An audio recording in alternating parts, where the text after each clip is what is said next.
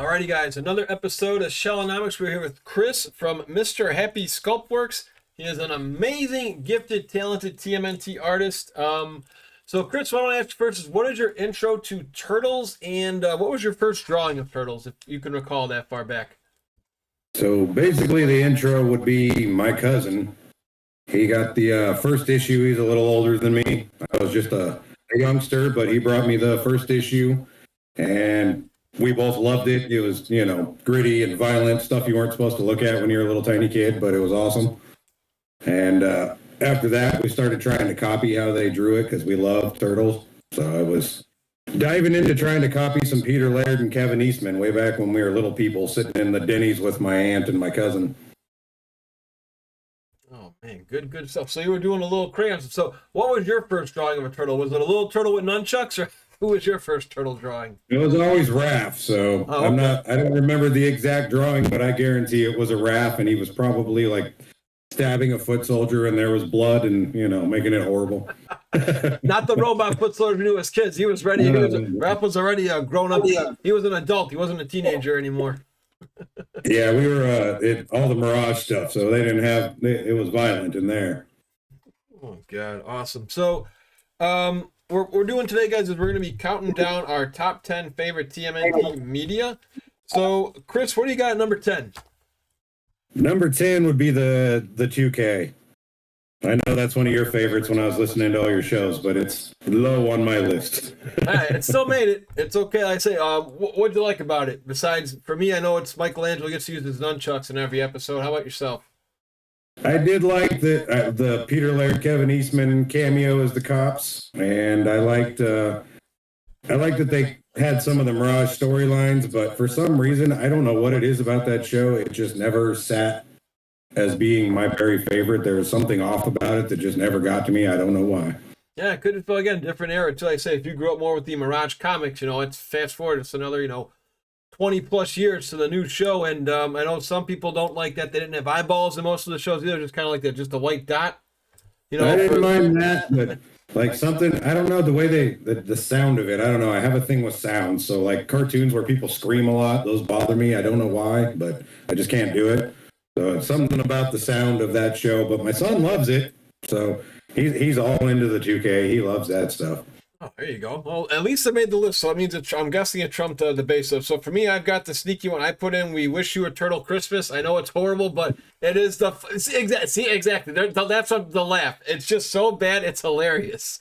So that's why for me, it trumps Michael Bay stuff. For me, at least, I watch it every Christmas, and everybody I tell them all, can you please just do a live watch reaction? Because I just want to see the look of your face, just like, huh? And then it just goes in a laugh because nothing makes any sense.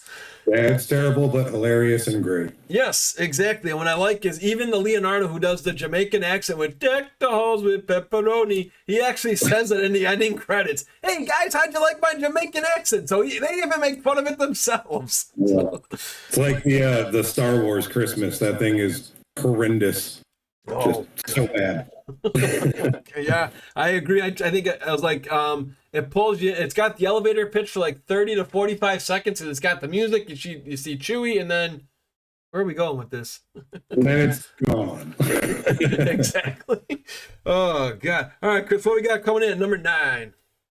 That would be the Nickelodeon minis that they did, and that would be.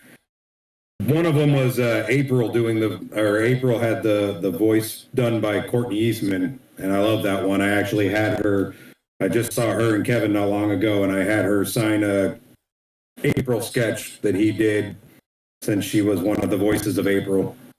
Oh my God, I didn't even know. That's a good trivia question. I didn't even know Courtney Eastman was a voice. So I'm gonna have to. So what are those ones again? They were when they were little kids, those little mini things. There were a bunch of little mini cartoons that Nickelodeon released. There was 5 or 6 of them, I think, and they were all like the one she did. They're actually in a high school, and she did the voice of April for that one. And then they've got a few other ones. They were all done by different artists and different voices, but I loved all of them. They were great. It was cool to see different takes, and they're all nice and short. So you get in, check it out, and then you're done. But having her as the voice of April, I thought was very cool. It's funny you bring that up because I just went to go see that new Looney Tunes movie. It was the first time they did the anime, the one that has Daffy and Porky. And I just recall, like you mentioned, like sometimes that's all you need is a good 5-7 minutes. It gets to the point. You don't need to sit there for ads or anything, and you're good to go. Yep. I agree with that. For me, number 9 is I liked this one as a kid, but it just didn't age well with me. Turtles 2: Secret of the Ooze. I like the movie. It's good, but just when you watch it now, there's just. I love the Henson. What saves me is the Henson and the voice of probably Michelangelo. Still has a couple things. He's got a couple good spots. Kevin Clash as Splinter's still good, but all you gotta do for those listening now on YouTube, Spotify, or wherever you find us, I encourage you all to look up Honest Trailers Turtles 2. Have you seen that one yet? That's pretty much the movie in a nutshell, man.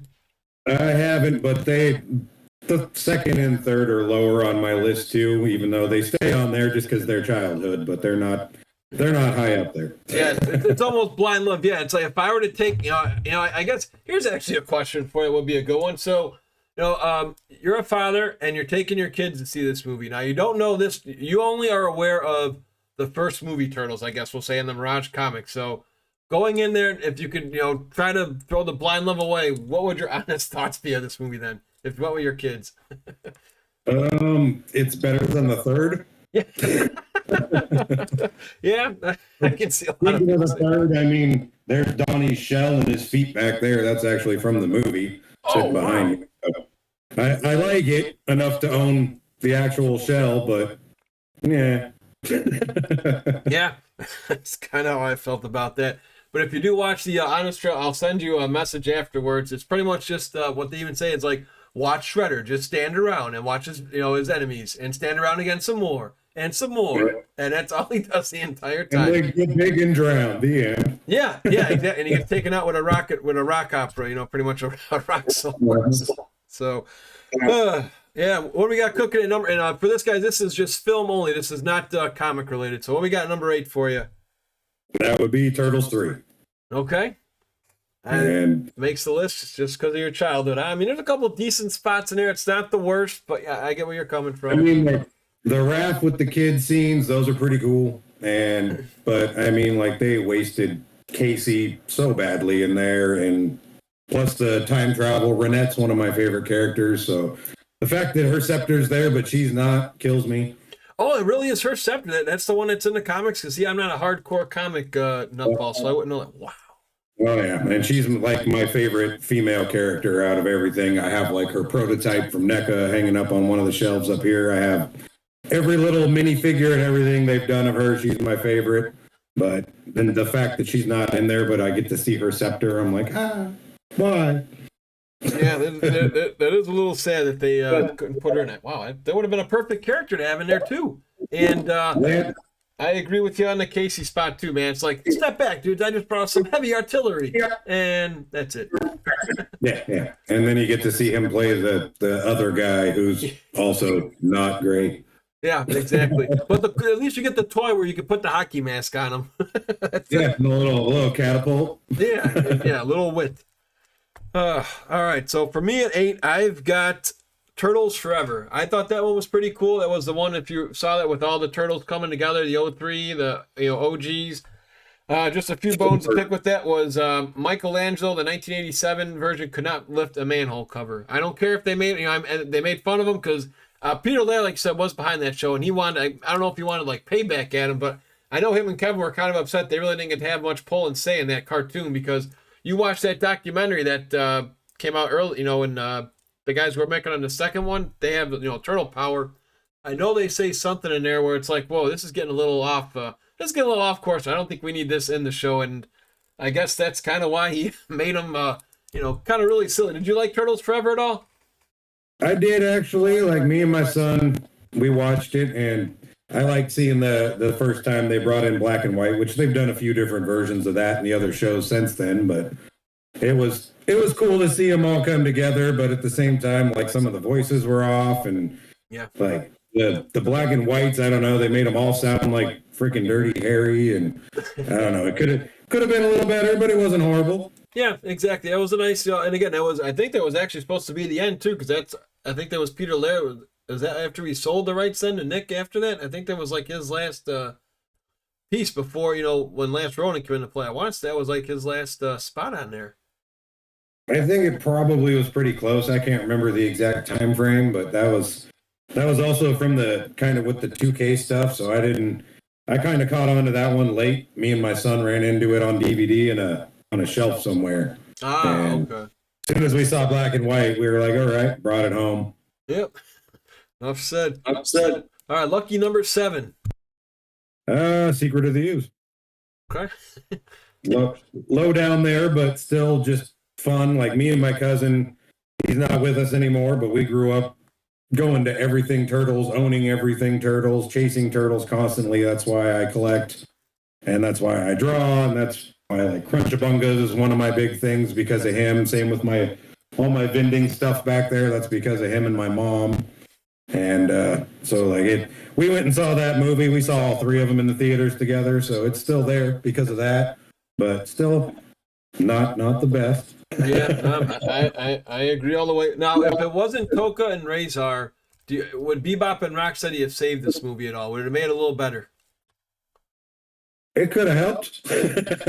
Definitely could have helped instead of the silly "we're babies" thing. That part always killed me. Like they could have done something, but they were trying to be, tone it down after the first one. They were so scared of not selling toys. But me and my cousin saw the first one opening day, and we were kids, and we were all in. You could have gave us toys for that. We'd have bought them all. Yeah, it took us until NECA, sadly, until we actually got those movie like Turtles, which is crazy to think about that. Yeah, what else can I talk about that second movie? I mean, when I watch it now, like I say, as an adult, it's just, I watch it, it's the fight scenes. I mean, God, we were, now, I guess, if we never had the first movie, this would probably be higher on both our lists. I guess that's probably the way we can say this.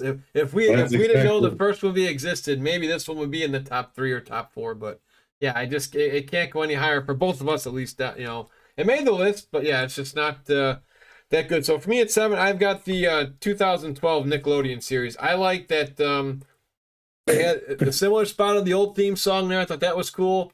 I enjoyed because in this one, at least, we do get the right crossover. We do have the OG Turtles coming back, if you saw those episodes, and we get the original voices back, which I enjoyed. Even there was a good spot there with Cam Clark's Turtle Power and Seth Green. Enough with the Turtle Power. So I kind of like that spot as well. A lot of cool cameos. I know Lewis Black was in one episode. Jesse the Body Ventura had a voice in there. Renee Jacobs, I want to say, was in there. Robbie Rist, Corey Feldman. So they paid a lot of homage to what we grew up with. The animation, I'm not the best. I still call them Gumby Turtles. They kind of remind me of Gumby and Pokey. Literally going on in the background right now. Exactly. Yeah, if you put a turtle up to that, it's kind of what I always thought they looked like. I mean, I like the story, though. Plot was great. Splinter dying was a big shocker to me. I didn't expect that at all in the series. And, yeah, that's what I got. So, where we going? Number 6 now. For number 6, coming out of their shells. Yes! Yes. Thank God. Somebody else actually enjoys that. So tell people who don't know what coming out of their shells is, because, there might be some fans who don't know what this is. You don't have to give us like a crazy, Wikipedia, fact, but just you can explain what coming out of their shells is and why it made your list and why it even passed Turtles too. That makes me happy. It was on my list. For one thing, same thing, like I said, my cousin and me, we were Turtles everything. So Pizza Hut coming out of their shells everything, and I could go into Pizza Hut and eat pizza and get Turtles at the same time. Like, that was amazing. I unfortunately didn't get to see the show in person, but I had the VHS, I had the cassette tape, I had everything. I wish I still had all of it, but yeah, we were in Pizza Hut constantly for that. And it's, Turtle singing, it's not the greatest, it's kind of terrible, but it's also just, that's happy childhood, just stupid and silly, and Shredder with a tinfoil costume that doesn't even look right. But so much fun to go to Pizza Hut and get Turtles. Yeah, and playing Turtles in Time there too, because when you hear Pizza Power, it makes you want to listen to the rock concert some more. Just hearing that song in the arcade was like, this is awesome. So yeah, for those who don't know, coming out of their shells, just a crazy, that's undocumented, a rock concert with the Turtles. They go around the entire United States singing and dancing, and pretty much Shredder tries to take over. They actually made an appearance on the Oprah Winfrey Show, which was funny because my grandmother was a big Oprah fan. She knew I loved turtles. She's like, Michael, guess what? You got to come over. The turtles are going to be on Oprah. I'm like, what? So I watch it, and I think it still might be on YouTube somewhere. It's cringe and funny to see Oprah talk to him, but it's kind of funny with that. But I actually enjoy. Someone's going to comment and say you're nuts, but I actually enjoy the comedy more and coming out of their shells than Turtles 2.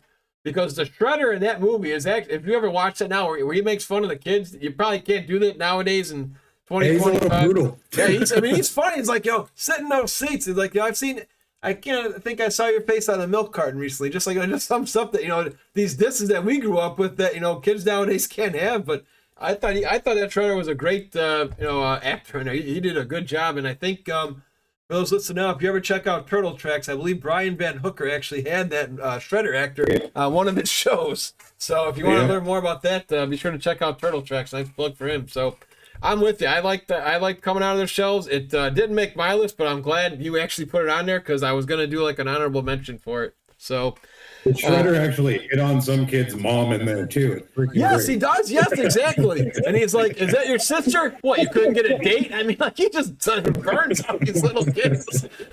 So good. Yeah, and that's like I say, and that's what the '90s were. Just good, zany, comedy and some slapstick, and I got the job done for me. I like, and plus you get.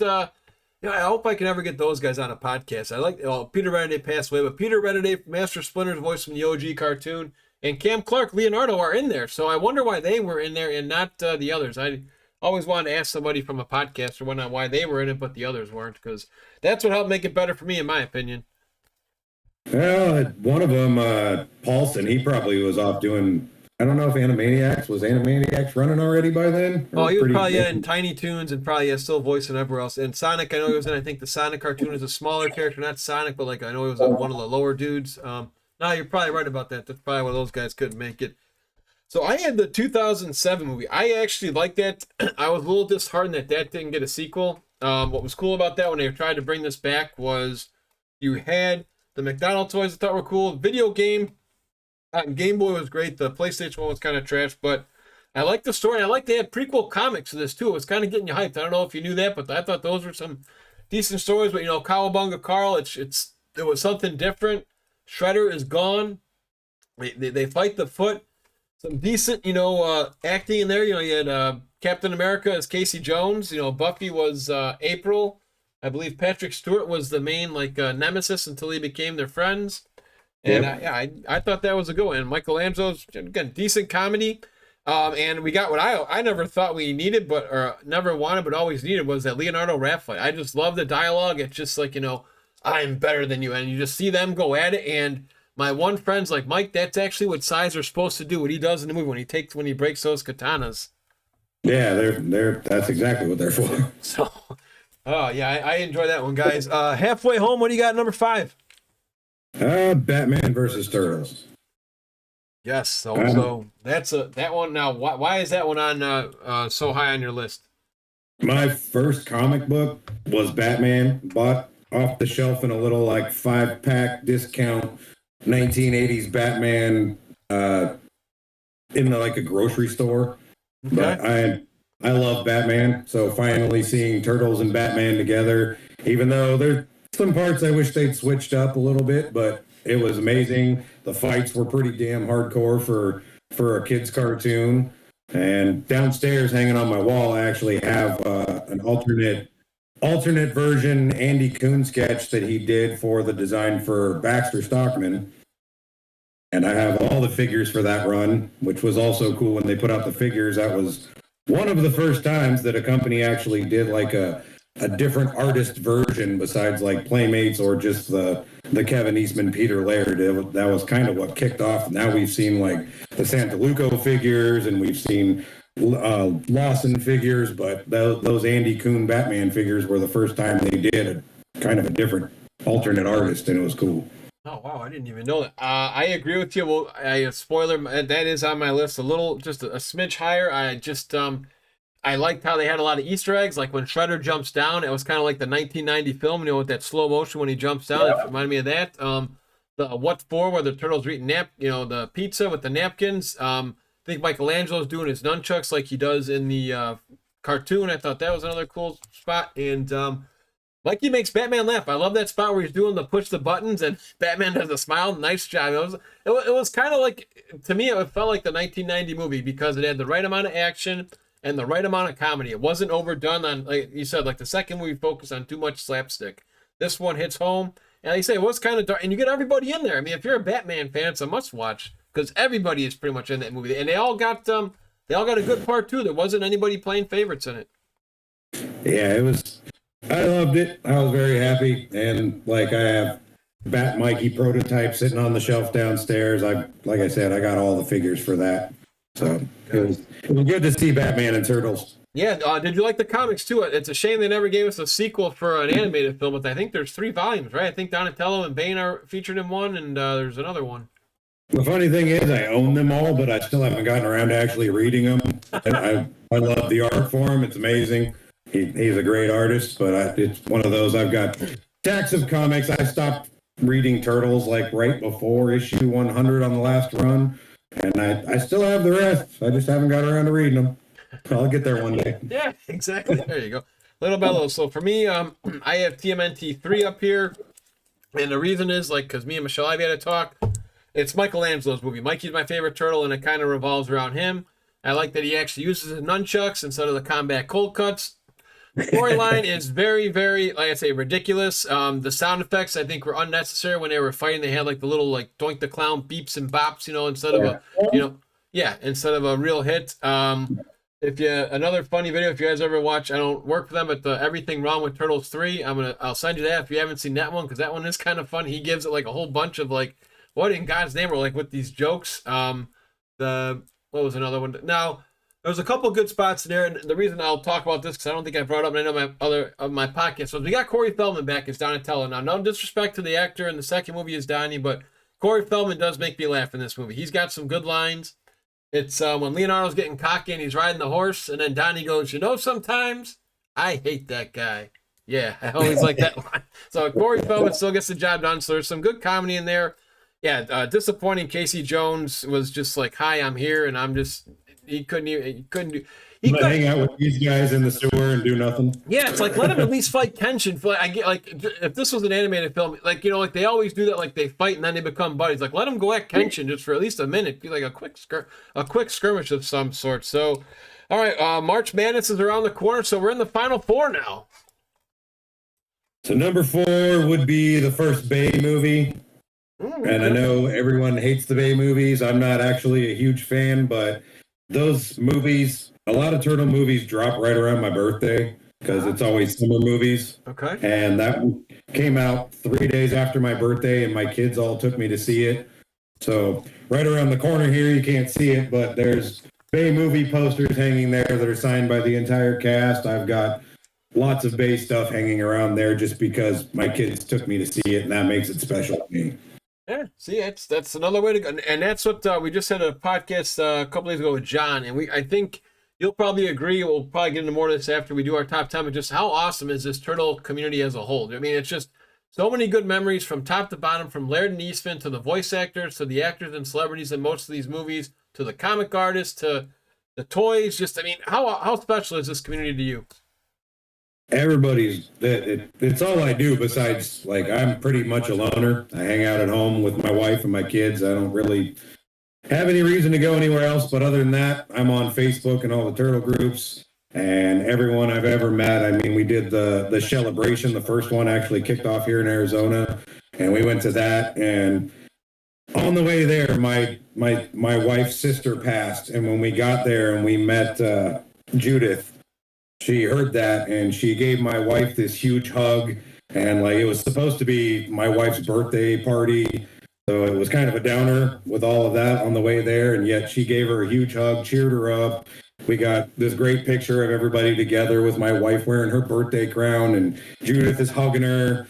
And everyone in this community is great. I was just talking to a lady last night who is going through some stuff, and she's in one of the groups, and she was like, "Oh, I feel real ashamed that I asked for help and this and that." And I was like, "Don't do that. That's what we're all here for."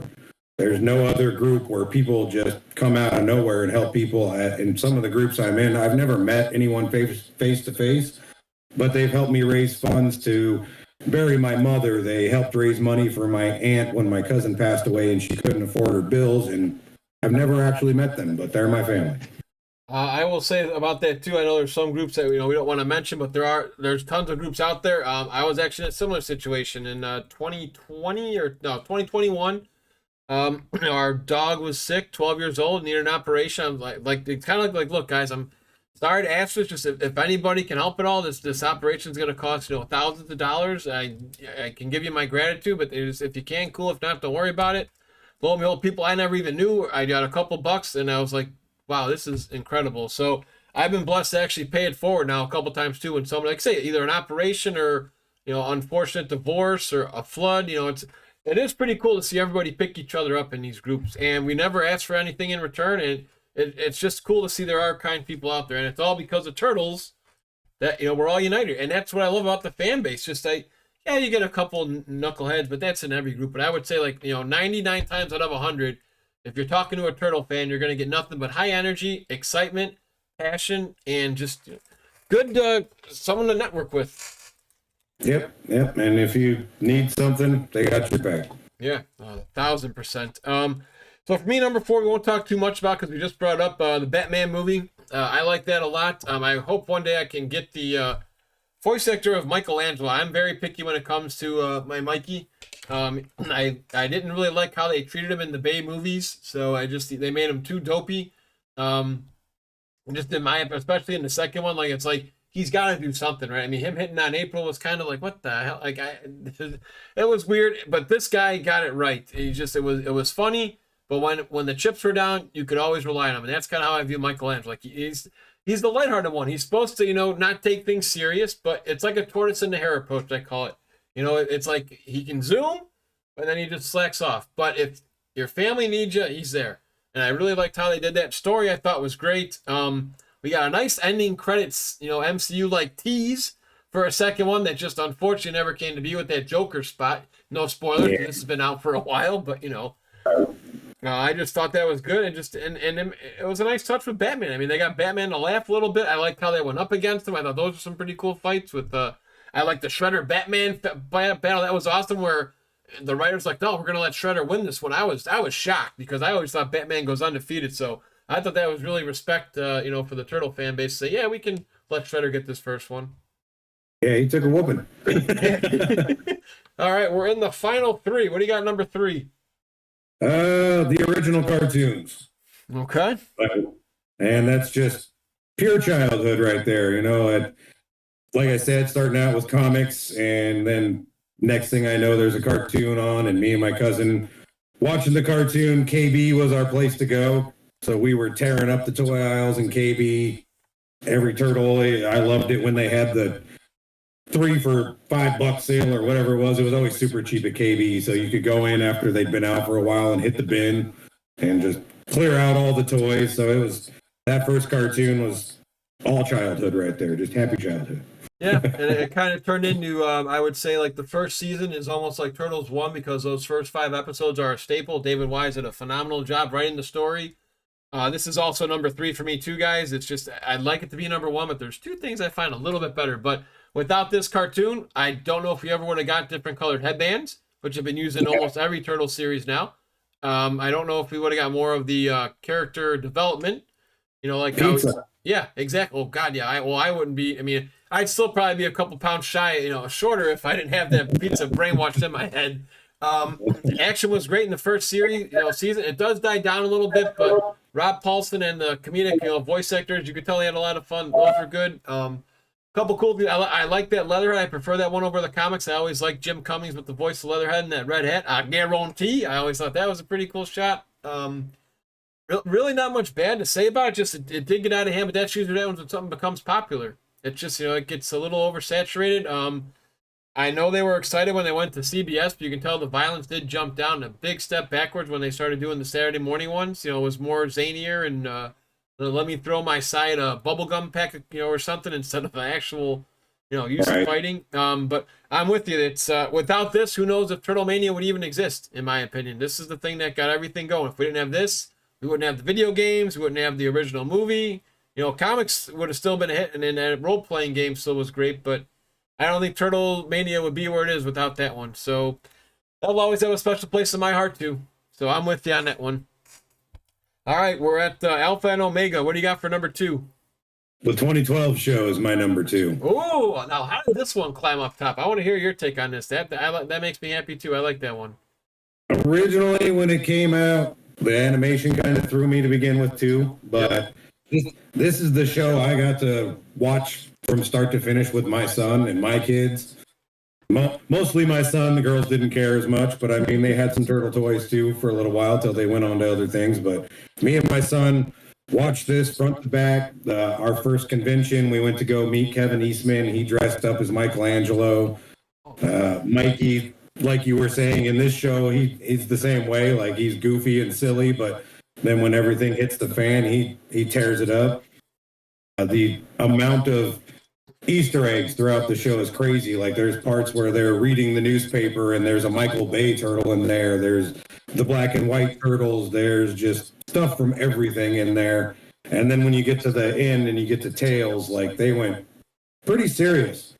And chopping off Shredder's head, Splinter dying, the Wasteland Turtles. I love Wasteland Raph. I wish NECA would just skip the starting Turtles and go straight to Wasteland Turtles. Like, I don't want to wait. But I love this show, and I'm actually, like, you were talking about all the cameos that showed up in it. I like to try and find all the weird voice actors that have showed up. So I had, like, Elvira. She did the Queen Krang in there, so I had her sign a Krang figure for me. I went and met the voice of Crypt Keeper, who did one of the Dream Beavers, and he actually showed me, like, photos on his phone of him and Robert Englund doing the voices together at Nickelodeon Studios. He said that's actually his favorite job he's ever done, and he was super happy to sign that figure. So Danny Trejo did Neutralizer. I had him sign his figure. He didn't even remember doing it. But I absolutely love that show. It's one of my very favorites. Yeah, and just the passion behind it. Like I say, it was kind of like our show. It was pretty much like if me and you were writing a turtle show, how would we want to write it in regards if we had to keep it for kid friendly and still pay tribute and homage to the original, 87 classics. And I really don't have anything in it. I do like the Michelangelo. I like Splinter. I thought he was pretty cool too with So Did I Win? Like he had some cool lessons in it I wasn't expecting, like with morals and ethics. The Michelangelo spot was cool too, like where since you watched this, you remember the spot where he's got his headphones on and he's blocking all the attacks, and he's like, "How is he doing it?" So yeah, it just again, we get our moments with Mike. That's all we're looking for. We don't have to be in the top spotlight, that's fine, but he gets his moments, which I enjoyed. What'd you think of the crossover, like the way the series ended with Bebop and Rocksteady actually, doing the dirty work and actually very much becoming the heroes? I love their Bebop and Rocksteady, even though they're a little weird. But yeah, me and Michael Jackson. my son and I are constantly running around. That squishes you like to do berries, and we love that. It's silly. Yeah, I really can't say anything bad about that show. So for me, number 2 is 2003. Like you said, you knew that was going to be up and high on my list because I praised that one so much. Yeah. For somebody, I guess because maybe I didn't really read the comics growing up, I got to kind of see the comics come to life in that show a little bit more. The abridged version. Yeah, right. Kind of like a little, like I didn't really know about the Utroms. I only knew of Krang. I didn't know, like on your nice shirt there, I didn't know what Utrom Shredder was. And now, is he really an Utrom in the comics too, or no? Like I say, because I don't really know too much about the comics. But was he a human or was he an Utrom in the real comics? He was human in the comics. I don't remember later if they did the whole Utrom Shredder deal. It's been a long time since I went back over anything besides the original run, but I know originally, no, he was just Shredder, and then they kill him in the first comic because they didn't think they were going to make a second. Yes. And then they had to go back, so we got a little bit of that in the first movie and the second movie. But originally, he was just Shredder. I'm not for sure if they ended up doing Shrell and all that later on. Although, out of all of that stuff, I do like Shrell. Actually did a sculpture of a Viking Shrell Oh, nice. Back in the day, it's published in a Turtles fan magazine. But I did a Viking Armagon and Viking Shrell because I thought Shrell was really cool. Yeah, and the voice, as much as I love James Avery, I think this, well, the guy in 1990s movie is really good too. I really enjoy a lot of good Shredder voices. Now that I'm thinking about it, I just enjoy, I still get chills hearing this guy who voices Shredder in 2003. Just, he always had that menacing, just, fearful pitch. I thought it was cool too because I had that book as a kid, the Magic Crystal, like those little hokey stories, and it's actually a comic too. It's the one about Kirby where they pay homage. I thought that was pretty cool. They did an episode specifically for that. I'm actually binge watching it now. My friends are on season 3, and again, Mikey gets his moment. He's a Battle Nexus champion. Nobody saw it coming. Splinter lays down for him. He beats Raph in the fight, the semis. I thought that was pretty cool, and it actually had a good run too. I don't recall watching Fast Forward and Back to the Sewers as much. I am with you where no disrespect to the voice actors. Yeah, that Michelangelo voice is good. He's funny, but I still like my Townsend Coleman and Greg Sipes, I think it was 2012, right? Yeah, I like Sipes as Mikey too. So, all right, number 1, I think we're probably going to be going the same way here, but feel free to say it first and why it made number 1. The original movie. There's nothing better. And same thing, like I said, my cousin and me, my God, were we so hyped to go see that in the theater and sitting down, watching my Turtles and dark and gritty and actually whooping people and all the funny that's in there too. The costumes, I'm a huge Henson fan, always have been. So there's nothing better than that movie. And then for a long time, it's funny. You can see it on YouTube now, but there's a deleted scene where the shells pop out of the water. Mm-hmm. And for years and years and years, when I was little, before we got internet and all that, we would talk about that scene and people would tell us we were crazy, but it was in the original commercials that aired. Yes, the trailer. It was in the Burger King trailer. That's right. I saw it all the time. Yep, and everyone told us we were nuts. It never happened, blah, blah, blah. And then a couple of years back, someone released it online, and I was like, I'm not crazy.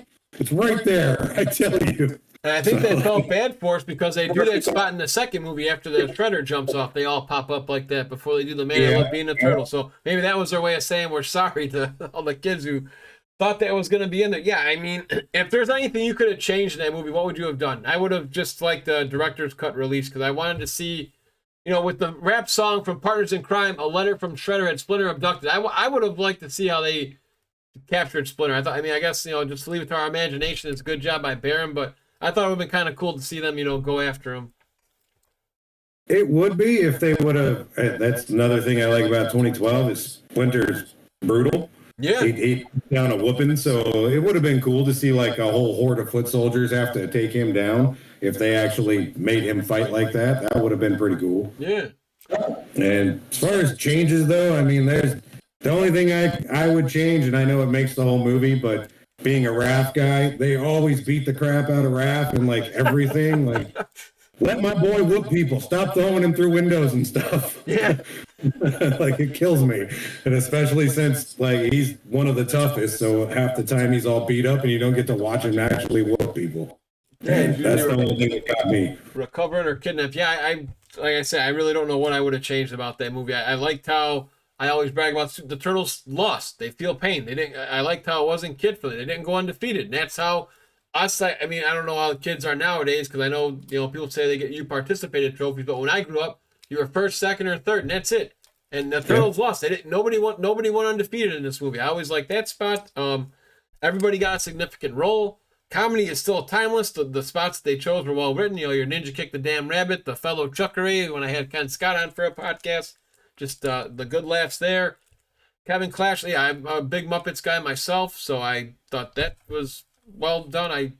I'd like to. It's almost like a prove me wrong as to. I guess if anybody else watched this, just comment down below as why this wouldn't be your top turtle thing. I think Chris and I would both be interested just to hear your take because we like debates. If you got something friendly to say in the comments down below, leave us and just let us know. But I really can't change anything here. The violence was good in my opinion. There was really nobody's head got chopped off. They have weapons. They use them.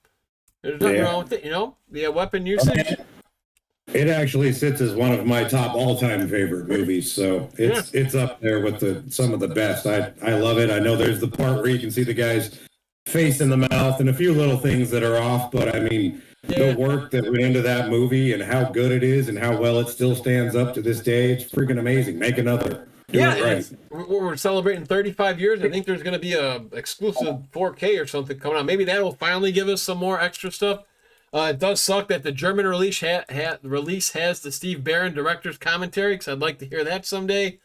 You also brought about deleted scenes. I did tell Ken Scott this. Did you ever see the deleted scene at April's apartment where she pulls the carpet out? I don't remember that one, but I have seen a lot of like deleted scenes, like the whole fight with Shredder while he's sitting down and the foot soldiers come after him. That I wish they would have left that in. It was really good. Yeah. And it kind of made Shredder more formidable before he even got to whooping him on the roof. Yeah, I agree. And then there's a spot where they want to pitch the Turtles as a comic, and they say far-fetched. I don't know if you saw that one or not. I'll have to send you those, because that was another deleted scene. But the one at the end where they're all sitting in the office and they're outside the window. Yeah, that one's in there. And I wish we could have got a little more of the fight scene where they had the at the farmhouse, like where they're going back and forth, like what's the significance of the blindfold? There's that little kid book we got, the final lesson. It's in there. It talks about it, but I would have liked to see that. So maybe one day, like you said, we'll get some deleted scenes or director's cut. But it's definitely number one for me. So Chris, while we still got you, let's talk a little about your artwork. So how did you actually get into wanting to draw and wanting to make your own Instagram account just specifically for Turtles and whatever floats in your head for designs? Originally, like I said, my cousin showing me that first Turtles, like he already. He's a little older, so he had a lot of different comic books and stuff, and he was into a little bit more nerdy stuff than I was. I was still, I can't even remember how old I was really little when that came out, because I was born in 81, and I saw that, I think maybe like 86 was when he showed it to me, so I was just a tiny dude. But I was like, ooh, Turtles, and he was like showing me that they cussed and things like that. So, it's naughty for a little kid. The comic book says bad words and people get stabbed. So we were very little, and then started trying to he was drawing it. So I wanted to be like my cousin. So I started drawing it. And that's what got me into comic books. That's what got me into Turtles. That's what got me into art. That's what got me into toy collecting. That's what got me into everything. And then my mom was a huge sci-fi cartoon nerd too. So between the two of them, and my mom also did a lot of art. So did my aunt. So that's what got me into drawing. And then the Instagram, I guess I originally, that's why it's Mr. Happy Sculpt work, was because I had stopped doing drawing because of the damage, nerve damage in my joints and my hands, and a degenerative tissue disease. So it got too painful. I used to be extremely good at pencils and inks. And then I tried sculpting, and besides softening my clay, I was able to do it by feel, because I also have kind of messed up eyes. I have really bad astigmatism, so I could feel all the textures, and it didn't hurt my hands as much as holding the pencil for hours. So I was able to start sculpting.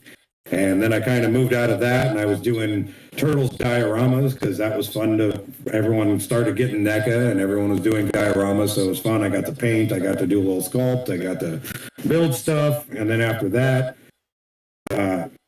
I'm sure Jonathan House at Treasure Monster Toys. Yes. He, when he started doing the Shadow line, Dan Berger ended up doing the artwork for my character. I won one of the raffles, and he did my character Sledgehog that I created for my son, because he loves Turtles and he loves Sonic the Hedgehog. And Dan Berger had done digital, and he was discussing why he did digital, and he said it was because his hands hurt. And so that digital, he was able to do it better. And I'd always kind of shied away from digital. I kind of found it a little cheaty. But at that point, I was like, man, I got to do something. I miss art. Like it's part of your soul. So when you can't do it, it really stinks. And so I said, all right, fine. I went and I got the iPad, and I started, and I'm not amazing yet, but I'm improving each time. And I've taken on a couple little commissions, and every time I do that, even though commissions can be a pain because people want you to change stuff up and you already had it the way you thought it was cool, but then they're like, what about this? And you're like, fine. But every time I do it, I end up learning something that I didn't know how to do on the iPad before. So it pushes me to learn things. It pushes me to draw things that I usually wouldn't think of. So it's getting there, and I don't plan to stop. Once I get a little better, I'll probably upgrade to a bigger tablet and go from there. So how did you actually have your visions? Because I guess from start to finish, like let's say again, if you guys check out his Instagram, there's one with let's talk about the Ninja Turtles cereal parody artwork you have up there. So how did that one come to be? Like, do you just from start to finish? I like that one a lot. Are you talking about the Calvin and Hobbes one? Yeah. That one was actually, I have a Calvin and Hobbes, a piece of art done by Ryan Brown that I bought it years ago, and I was never able to find out for sure it was him until recently. Jim Lawson told me it actually was his, but it was Calvin as a Ninja Turtle, and it was really cool. I bought it. I would have bought it whether it was Ryan Brown or not, but I just thought it was really cool to see them mixed up. And so a lot of the stuff, like I've been doing a lot of like parodies and mix-ups lately, especially with the food products. I love the food stuff. You can see like turtle pies in the background. I collect like uncut cereal boxes, all that stuff. I've talked with the artists that worked on the cereal, so I've just been kind of thinking, what can I throw together with the food and make something funny. And that little Ryan Brown piece popped into my head, and I was like, hey, having them eating the cereal and wondering who ate all the marshmallows would be pretty funny. So I went with that one.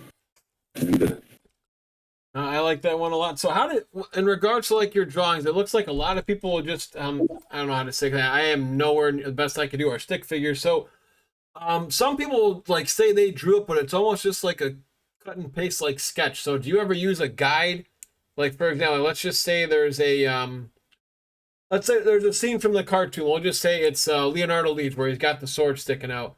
Like, do you use that as a guide when you're drawing, or do you just have a vision in your head of what you want and you just put it on paper? I'll use reference material, and Okay, like that's the word, reference. for a long time when I was drawing when I was younger, like I shied away from any of that, even though we all pretty much learned to draw with like the how to trace Disney character books when you were in school. But once I got older, I was like, no references except for like still lifes, and I got real serious and ridiculous with it. And not long ago, I was listening to who was it? It was on one of the old Fat Man Beyond episodes with Kevin Smith. It was Neil Adams, and Neil Adams was talking about whoever tells you that you shouldn't trace and you shouldn't use references can stuff it. And he was talking about like even the masters, like back in the day before they had actual projectors, they had ones that the like Da Vinci and them could use that was candlelight, and it would project an image up onto a wall, and they would use that for their paintings and things like that. So I started listening to that, and I felt a little better about using references. I still try not to do any tracing. Yeah. So the closest I'll get is like if you look at the Homer Pies one that I did recently, Mm-hmm. there's a drawing of Homer like that, and I kind of sketched around just a basic outline, but I keep it loose because I don't want to be stealing somebody else's anything. So I just kind of kept it loose just to get the basic shape, and then I threw it out the window and kept just a little sketch, and then did all the line work myself and changed things up so that it's not the same, but it's still that way you can tell it's still referencing their artwork and a homage to the cool piece that they did. And then I just kind of did my own take on top, but I try to change it up and I don't want to trace anybody's anything. Same with like the packaging wrappers in there. I'll bring them in and I'll kind of do like a rough sketch, and then I'll throw colors and kind of screw it up a little bit because I don't want it to be exactly the same. That makes sense. So I guess what would be the most challenging thing that you've encountered so far is just with your artists, work. You did mention you do commissions. I would say I'm kind of on that spot too, where it's like when I ask somebody for something, it is kind of hard because it's like you have to respect their vision. But my friends always say, Mike, no, their job is to try and get what you want on paper. You give them the idea, but the idea is, you kind of work for them in a degree where they're, hey, I'm giving you X amount of an incentive to have this for me. So I guess is that more challenging for you? Like one of the challenging aspects of doing commissions? It is, and like I said, it's kind of a love-hate thing because they'll be like, "Oh, I want this," and I'm kind of bad. Like most artists will do like the rough outline and send it to you, but I feel like it looks like crap, so I don't want to show you the rough outline. So I'll show you something that's like most of the way there, and then they're like, "I don't like that. Change this," and I'm like, "Crap." But like at the same time, like you said, yeah, like I'm working for you, so I'm doing it for you.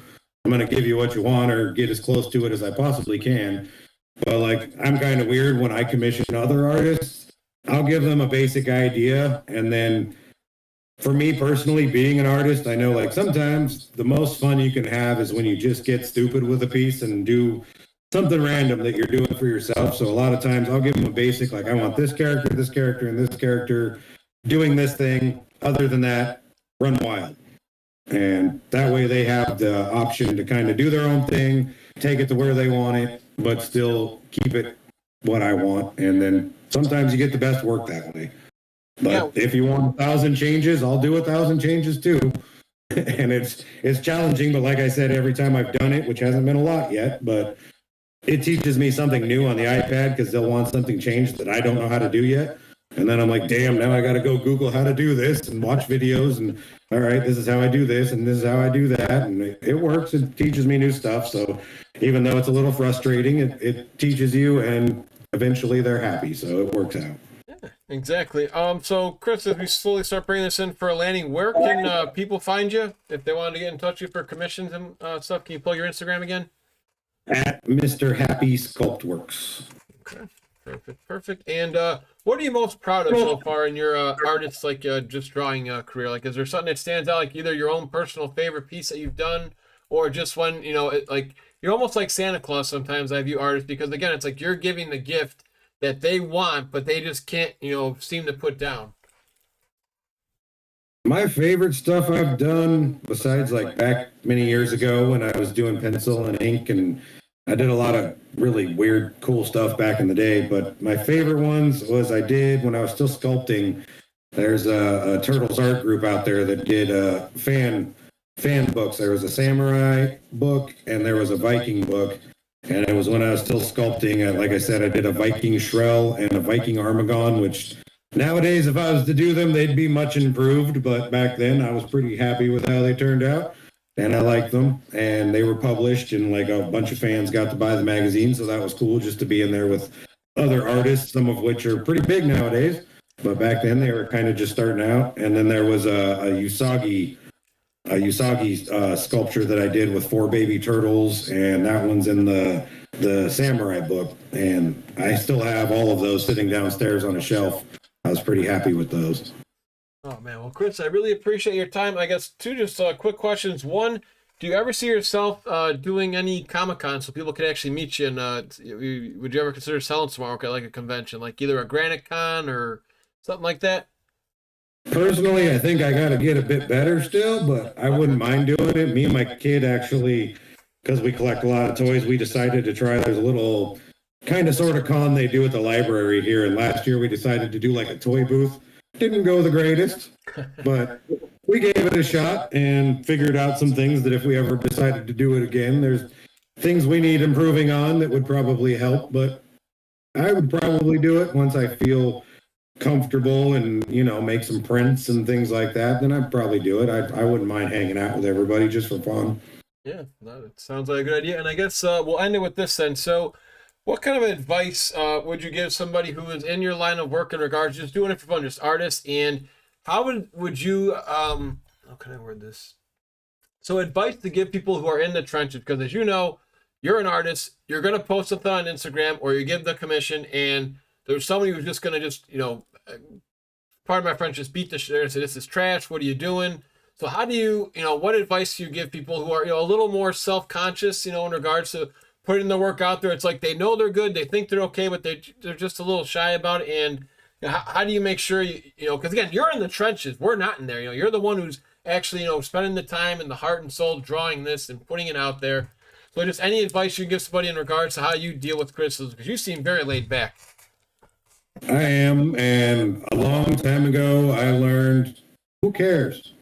Be comfortable with you. And I'm my worst critic anyways. Everything I look at, even when I do something that I like, well, that's pretty good. I'm still like, but that's wrong. That's wrong. I could do that better. Why did I do this? So no one's going to bitch about it more than me. So who cares what they say? Put out what you want to do. Have fun with it. Enjoy yourself. A lot of times, for the longest time when I was doing any kind of art, I would try to do something thinking like, I really want to make some money because I got a huge family, a lot of kids. I'm broke all the time. And a lot of times when I was striving for that, make some money, I did terrible work. It wasn't until I was just like, I'm just going to screw around. And that's when a few people have taken notice recently. So Don't even worry about the money. Just do a thing you want to do. Don't worry about what people say. Enjoy it. If they don't like it, don't read the comments. Or if you do read the comments, just say thank you and move on. That'll piss them off more anyways. And it'll boost the algorithm if I just add more comments to it. Yeah, Oh, just and move on about your day. Exactly. Oh, Chris, I really appreciate the time you had with us. Thank you so much. And hopefully we'll get you on again soon. And hopefully I'll get some artwork from you sometime. No problem, man. All righty.